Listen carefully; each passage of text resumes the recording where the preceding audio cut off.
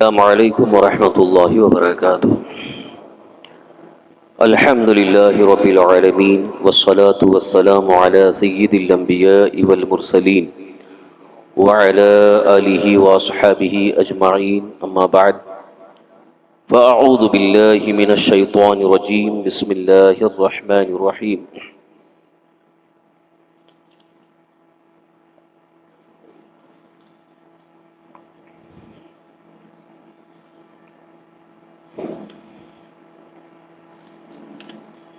باب التیمم فی دخول المسجد وغیرہ۔ حدثنا سلیمان بن حرب قال حدثنا شعبہ عن اشعث بن سلیم عن ابیہ عن مسروق عن عائشة قالت كان النبي صلی اللہ علیہ وسلم يحب التیمم ما استطاع في شانه كله في طهوره وترجله وتنعله۔ صدق رسولنا صلی اللہ تعالی وسلم۔ حصول برکت کے لیے ایک مرتبہ درود شریف پڑھ لیں۔ اللہم صلی وسلم علی سیدنا مولانا محمد معین الجود والکرم وعلی آلہ واصحابہ وبارک وسلم، صلاۃ و سلاما علیک یا رسول اللہ، صلاۃ و سلاما علیک یا حبیب اللہ۔ محترم حضرات، آج کے اس درس حدیث میں سرکار دو عالم صلی اللہ تعالی وسلم کی تعلیمات میں سے، آپ کی سیرت طیبہ میں سے ایک خاص چیز بیان کرنے کی سعادت حاصل کر رہا ہوں۔ تعلیمات رسول صلی اللہ تعالی وسلم کے متعلق بارہا آپ کو بتایا جا چکا ہے کہ ہماری زندگی کے لیے حضور صلی اللہ علیہ وسلم کی سیرت ایک بہترین نمونہ ہے۔ زندگی گزارنے کے لیے کس طرح سے ہماری زندگی ہم گزاریں، اس کے لیے حضور صلی اللہ تعالی وسلم کی سیرت، آپ کے اخلاق، آپ کی عادتیں، آپ کے اعمال، آپ کے افعال جن کے کرنے کا آپ نے حکم فرمایا، یہ ہمارے لیے ایک بڑا عظیم نمونہ ہے، بہترین نمونہ ہے۔ اور یہ بھی قرآن کریم میں اللہ تعالیٰ نے ارشاد فرمایا، قل ان کنتم تحبون اللہ فاتبعونی یحببکم اللہ۔ آپ فرما دیجئے اگر تم اللہ کے محبوب بننا چاہتے ہو، یعنی اگر تم یہ چاہتے ہو کہ اللہ تمہیں پسند فرمائے، اللہ تعالیٰ تمہیں اپنا محبوب بنائے، فاتبعونی، تو آپ کہہ دیجئے میری اتباع کرو، یحببکم اللہ، اللہ تم سے محبت فرمائے گا۔ ہر بندہ مومن کی خواہش یہ ہوتی ہے کہ میرا عمل اللہ کی بارگاہ میں مقبول ہو جائے، پسند ہو جائے، اللہ مجھے پسند فرما لے، کیونکہ جس کے لیے عبادت کر رہا ہے، جس کے لیے شب و روز نیکیاں کرنے کی کوشش میں لگا ہوا ہے، یہاں تک کہ اپنی محنت بھی صرف کر رہا ہے اور اپنی گاڑی کمائی کو اسی کی رضا کے لیے خرچ بھی کر رہا ہے، مقصد کیا ہے کہ اللہ راضی ہو جائے، اللہ تعالیٰ میرے عمل کو پسند فرمائے۔ تو اللہ تعالیٰ نے ارشاد فرمایا کہ اگر آپ یہ چاہتے ہو کہ اللہ کی بارگاہ میں آپ کا عمل پسند ہو جائے، آپ کا عمل مقبول ہو جائے اور آپ اللہ کی بارگاہ میں محبوب ہو جاؤ، تو اس کے لیے سب سے بہتر طریقہ اللہ تعالیٰ نے عطا فرمایا کہ میرے رسول کی اتباع کرو۔ فاتبعونی، اتباع کرو میری، یعنی حضور صلی اللہ علیہ وسلم سے اللہ نے کہلوایا کہ آپ کہہ دیجئے میری اتباع کرو، یحببکم اللہ، میری اتباع کرتے ہی تمہارے اندر ایک خوبی یہ پیدا ہوگی کہ اللہ تعالیٰ آپ کو پسند فرمائے گا، اللہ آپ کو محبوب بنا لے گا۔ تو اس آیت کریمہ سے، اللہ تعالیٰ کے فرمان سے یہ بات بالکل کھل کر سامنے آ گئی کہ اللہ تعالیٰ کی بارگاہ میں محبوب اور مقبول بندہ وہ ہے جو اللہ کے رسول صلی اللہ علیہ وسلم کی اتباع کرے۔ اتباع کا مطلب پیروی کرنا، حضور صلی اللہ تعالی وسلم کی زندگی پر عمل کرنا، ان کے نقش قدم پر عمل کرنا، جیسے حضور نے بتایا اس کے مطابق عمل کرنا، یہ اتباع رسول ہے، اور اتباع رسول ہی مومن کے لیے سب سے بہترین طریقہ زندگی ہے۔ اس چیز کو ذہن میں رکھتے ہوئے حضور صلی اللہ تعالی وسلم کی جو سیرت ہے اس کا ایک حصہ عرض کر رہا ہوں۔ امام بخاری رحمۃ اللہ تعالی علیہ نے ایک باب، ایک عنوان قائم کیا ہے، باب التیمن فی دخول المسجد وغیرہ، مسجد وغیرہ میں داخل ہونے کے لیے دائیں طرف سے داخل ہونا۔ یعنی اصل یہاں پر باب امام بخاری رحمۃ اللہ علیہ نے جو قائم کیا یہ بتانے کے لیے کہ جب ہم مسجد میں داخل ہوں تو داہنا پیر، سیدھا پیر، الٹا پیر نہیں، سیدھا پیر اندر داخل رکھیں۔ تو یہ اس کو کہتے ہیں تیمن فی دخول المسجد، مسجد میں داخل ہونے کے لیے دائیں طرف سے داخل ہونا۔ اب اس سلسلے میں جو حدیث یہاں پر آپ نے کوٹ کی ہے حضرت امام بخاری رحمۃ اللہ علیہ نے، وہ بڑی عظیم حدیث ہے۔ اس میں حضور صلی اللہ علیہ وسلم کا عمل آپ نے بتایا کہ صرف مسجد میں داخل ہونے ہی کے لیے نہیں، بلکہ آپ کی شان یہ تھی کہ ہر وہ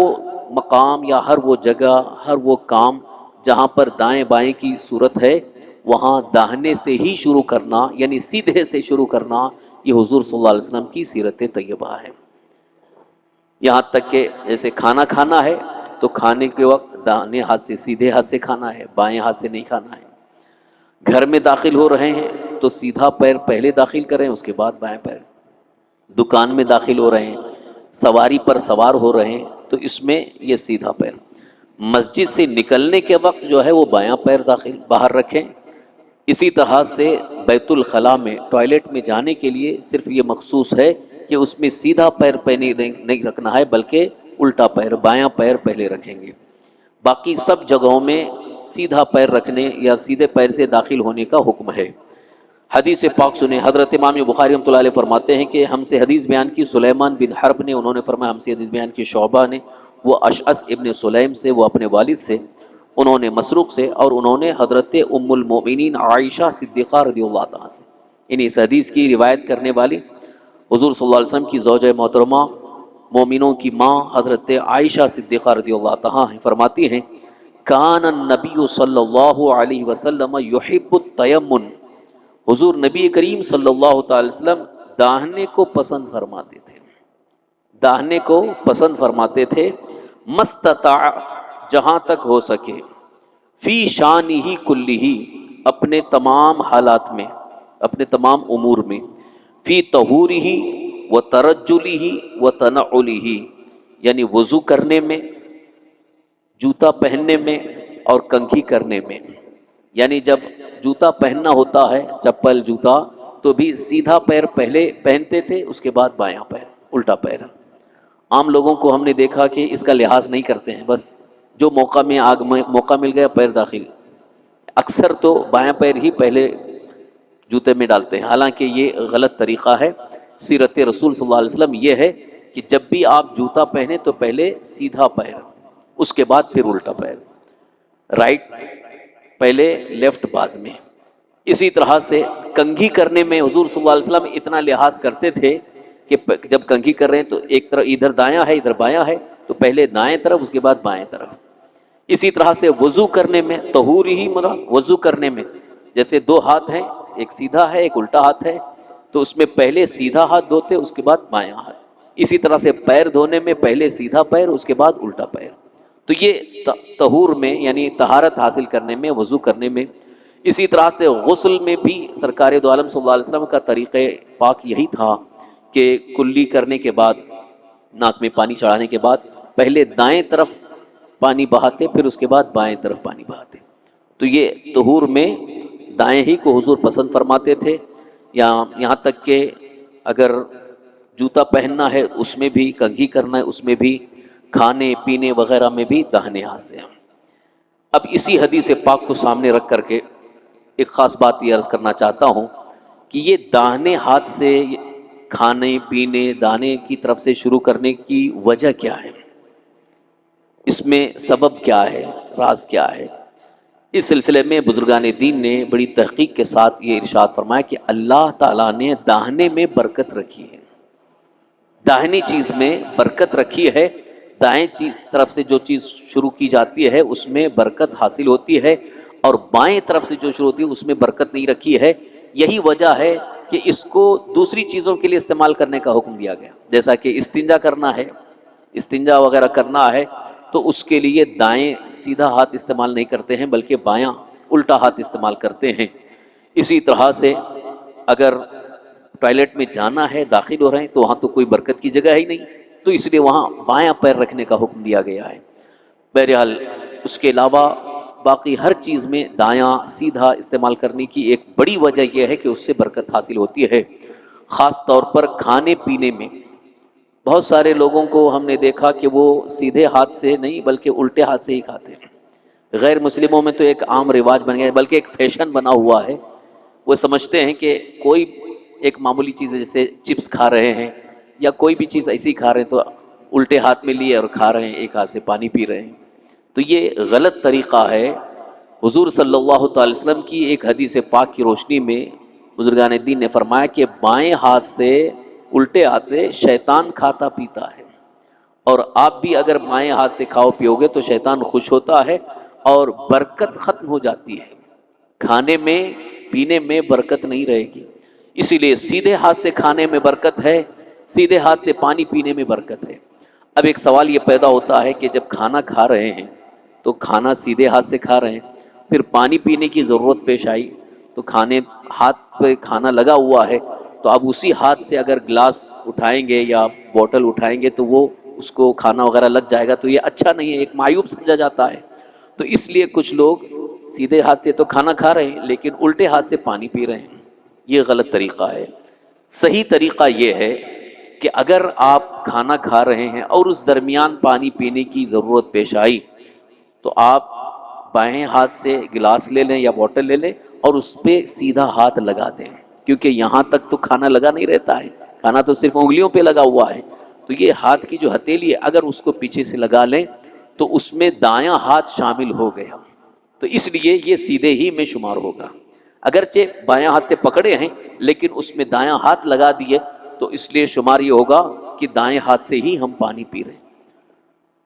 بچوں کو اس کی عادت بنا دینا چاہیے، کیونکہ بچے اس کا لحاظ نہیں کرتے، وہ عادت بن جاتی ہے بائیں ہاتھ سے کھانے پینے کی۔ کچھ بچوں کو ہم نے دیکھا، بچے ہیں وہ بائیں ہاتھ سے کھا رہے ہیں، ماں باپ اس پر توجہ نہیں دیتے، ماں باپ سوچتے ہیں یار یہ بچہ ہے،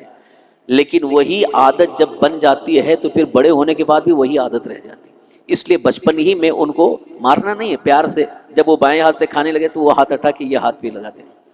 اس طرح سے سیدھے ہاتھ سے کھانے پینے کی بچوں کو اگر عادت بن گئی تو پھر کبھی وہ بائیں ہاتھ الٹا ہاتھ کھانے پینے میں استعمال نہیں کریں گے۔ یہ اس لیے ضروری ہے کہ اس میں دو چیزیں ہیں، ایک تو یہ ہے کہ سرکار دو عالم صلی اللہ علیہ وسلم کی سیرت ہے، حضور صلی اللہ علیہ وسلم کا طریقہ زندگی ہے، اور دوسری چیز یہ ہے کہ اس میں ہمیں برکت رکھی اللہ تعالیٰ نے، لہذا کھانے پینے میں برکت حاصل کرنا ہے تو سیدھے ہاتھ سے ہی کھانا پینا ہے، اور کہیں داخل ہونا ہے جیسے مسجد میں داخل ہونا ہے تو سیدھا پیر پہلے داخل کریں دعا پڑھتے ہوئے اللہم افتح لی ابواب رحمتک۔ اسی طرح سے گھر میں داخل ہو رہے ہیں تو گھر میں بھی داخل ہونے سے کے وقت سیدھا پیر داخل رکھیں۔ اچھا، واپس گھر سے باہر نکلنے کے بارے میں تو یہاں پر جس طرح ٹوائلٹ میں جانے کے لیے بایاں پیر پہلے داخل کرتے ہیں اور باہر آتے وقت سیدھا پیر باہر نکالتے ہیں، تو کیا گھر میں داخل ہونے کے لیے بھی یہی حکم ہے؟ یہاں ایسا نہیں، گھر میں داخل ہونے کے لیے سیدھا پیر رکھیں گے اور جب باہر آنا ہو تو بھی سیدھا پیر رکھیں گے، کیونکہ گھر سے باہر نکل رہے ہیں، کہیں کام سے جا رہے ہیں یا جو بھی مقصد ہے گھر سے باہر نکل رہے ہیں تو سیدھا پیر باہر نکالیں اور توکلت علی اللہ ولا حول ولا قوت الا باللہ العلی العظیم پڑھ لیں، انشاءاللہ بہت ساری آفتوں اور بلاؤں سے محفوظ رہیں گے۔ بزرگان دین فرماتے ہیں کہ گھر سے بندہ نکلتا ہے نہ معلوم کون سے حادثے کا شکار ہو جائے،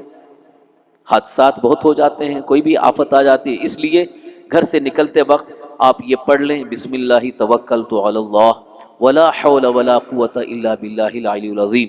اور پھر سیدھا پیر گھر سے باہر نکالیں، جیسا کہ سرکار دو عالم صلی اللہ علیہ وسلم سے بھی یہی ثابت ہے کہ گھر سے باہر نکلتے وقت سیدھا پیر ہی باہر رکھتے، تو یہ باعث برکت بھی ہے اور اللہ تعالیٰ کو یہ ادائیں پسند ہیں، کیونکہ حضور صلی اللہ علیہ وسلم کو دایاں پسند ہے تو حضور کی ادا بھی اللہ کو پسند ہے۔ اسی لیے شروع میں نے یہ عرض کیا تھا کہ اگر اللہ کے محبوب بننا چاہتے ہیں، یعنی ہمارا عمل اللہ کی بارگاہ میں مقبول ہو جائے، اللہ ہمارے عمل کو پسند فرمائے، تو حضور صلی اللہ علیہ وسلم کی اتباع پیروی یہ ہمارے لیے سب سے بہتر ہے، لازم ہے، ضروری ہے۔ اللہ تعالی ہم سب کو اس کی توفیق نصیب فرمائے۔ عمل کی کوشش کرنا ہے، سن کر کے صرف ایسے ہی سن کر کے اس کو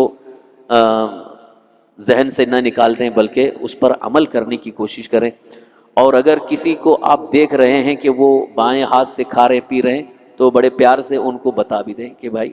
سیدھا ہاتھ استعمال کرو، سیدھے ہاتھ سے کھاؤ، بہت اچھا رہے گا. وقتی طور پر کبھی کبھی جب ہم بولتے ہیں تو کسی کو تکلیف ہوتی ہے، ارے میری اصلاح کر رہا ہے، میری اصلاح کر رہا ہے، مجھے سکھا رہا ہے. تو اس میں آپ کو ناراض ہونے کی ضرورت نہیں ہے. یا اگر آپ سے کوئی غلطی ہوئی، کسی نے آپ کی اصلاح کی تو اس اصلاح کو قبول کر لینا چاہیے. اگر ہم سے کوئی غلط چیز ہو رہی ہے اور کسی نے دیکھ کر کے ہماری اصلاح کی کہ ایسا نہیں، ایسا یہ صحیح ہے، تو اس پہ بھڑکنا نہیں چاہیے. آج کل کچھ لوگوں کی عادت یہ بنی ہوئی ہے کہ خود غلط کر رہے ہیں، عمل غلط ہے اور ان کو پتہ نہیں کہ میں غلط کر رہا ہوں. اب کسی نے اگر بتا دیا کہ آپ سے غلطی ہو رہی، اس کو ایسا نہیں ایسا کیجئے، تو وہ بھڑک جاتے ہیں اور کہتے ہیں مجھے سکھا رہا ہے کیا، مجھے بتا رہا ہے کیا. عمر ہو جانے سے یہ ضروری نہیں ہے کہ سارا علم حاصل ہو جائے. کبھی کبھی ایسا ہوتا ہے کہ عمر بہت زیادہ ہو گئی، بڑھاپے کو پہنچ گئے، لیکن کچھ چیزوں میں غلطی ہو رہی ہے، اور اگر کوئی جوان ہم کو اس کی اصلاح کر دے، بتا دے، تو اس پر ناراض ہونے کی ضرورت نہیں ہے، کیونکہ ہر علم والے سے اوپر علم والا ہوتا ہے. مسجد میں، مسجد کے باہر کہیں بھی اگر کوئی اصلاح کرے یا آپ کو بتا دے تو اس پہ ناراضگی کا اظہار نہ کریں بلکہ اس پر خوش ہونا چاہیے. کیونکہ بزرگان دین فرماتے ہیں جو ہماری اصلاح کرے وہ ہمارا سب سے اچھا دوست ہے. اگر ہم سے کوئی غلطی ہو رہی ہے، اگر ہم سے کوئی خطا ہوئی اور ہم کو پتہ نہیں، ہم کو معلوم نہیں پڑ رہا ہے، لیکن کسی نے بتا دیا تو اس کا شکر ادا کرنا چاہیے. آپ کا بہت شکریہ، آپ نے ہماری اصلاح کی. یہ مزاج بنانے کی کوشش کریں. اللہ تعالی ہم سب کو یہی اصلاح کا مزاج عطا فرمائے.